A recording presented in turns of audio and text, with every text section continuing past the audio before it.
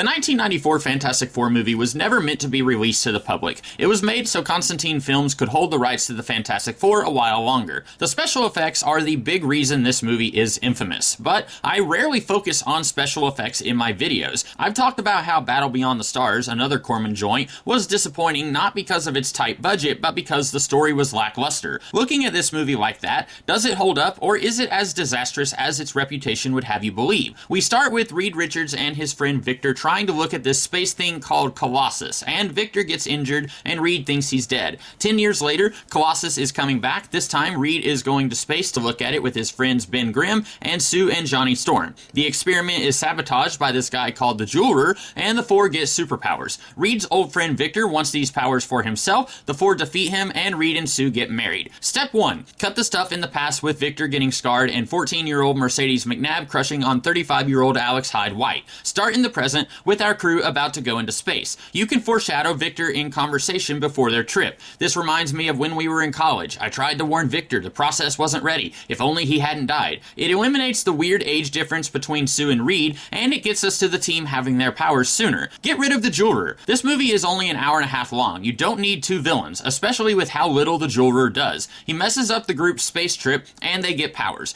Doom could have done that because he wants revenge against Reed, or he's doing an experiment. What happens if I move that diamond while they're all in space? Or he knows they will get powers somehow, and he does this to get the powers himself. Any of these would have been fine. The Fantastic Four are a family, so it would be good if you could focus on that. We have Reed and Sue's relationship as a minor subplot, and Ben and Alicia Masters are kind of a thing, but Johnny doesn't get a whole lot to do. Do a few scenes between Ben and Johnny. Show how different their approach to this mission is. Johnny might appear not to take this too seriously. Ben can scold him, show that they've been working together for a while through dialogue. It establishes their dynamic and what their personalities are. The relationship stuff, well, at least they tried. Instead of Ben and Alicia meeting one time for about 30 seconds, say she was a classmate of Reed and Ben years ago. When Ben's deformed, he goes to her, she says she's always loved him, and his looks don't change that. I've never liked love at first sight, oh, sorry Alicia, I've never liked love at first touch stories, as I cannot tell you why Alicia seems so obsessed with Ben, who she meets for the first time in this movie, and the next time we see her, she finds out Ben is presumed dead, and she's sad. Is it because he's handsome? That seems antithetical to someone who is blind and should not care what he looks like. Reed and Sue are equally weird. They get married at the end, which feels rushed. There's not much between these two that suggests they're ready to get married. Sue has a thing for Reed when she's a kid, but Reed sees Sue as a colleague for most of the movie. That's typical Reed. Sometimes he forgets to show affection to his family. But that should be a scene in the movie. Sue is sad because she doesn't think Reed loves her. She can share a scene with Ben, who's afraid Alicia won't love him anymore. Ben tells Sue she's crazy if she thinks Reed doesn't love her. He's just not great at showing it. Solidify relationships among the four. You often see Reed and Sue scenes, Ben and Johnny, Sue and Johnny, Reed and Ben, but you don't get a whole lot of Sue and Ben. As Ben gives Sue advice, he realizes it applies to him as well. He tells Reed, "You're a knucklehead, tell her how you feel. She needs to hear you say it." You can have a happy ending without rushing into the wedding. I doubt these ideas would have changed people's minds about this movie. Roger Corman has a well-earned reputation for trying to churn out movies as quickly and, let's be honest, as sloppily as he can, with little regard to the final product. I suspect even if you change the script to address my concerns, the final movie still would have looked cheap because of Corman's involvement. And cheap isn't something people want with superheroes. They want larger-than-life spectacle, which I think is a big reason superheroes started dominating screens in the 21st century, because studios could finally afford to at least try to make the movies that fans saw in their minds. And Corman is just not the person to try to helm a larger-than-life spectacle. If you wanted to make a Fantastic Four movie in 2020, show what the Fantastic Four are doing in quarantine, very little powers, definitely no blockbuster action scenes, Corman might be great with a director who can work with very little, which is what Corman would provide him. Showcase the characters over to spectacle. But even if this movie was intended to be released to the public, it clearly wanted to be an action movie with fight scenes and stuff you expect in something with a higher budget than what it takes to buy a Happy Meal. So I don't think there was any fixing this movie, at least not in the circumstances it was made under. But maybe it could have at least been a little bit better, sort of. That's all I have. Until next time, have a good one.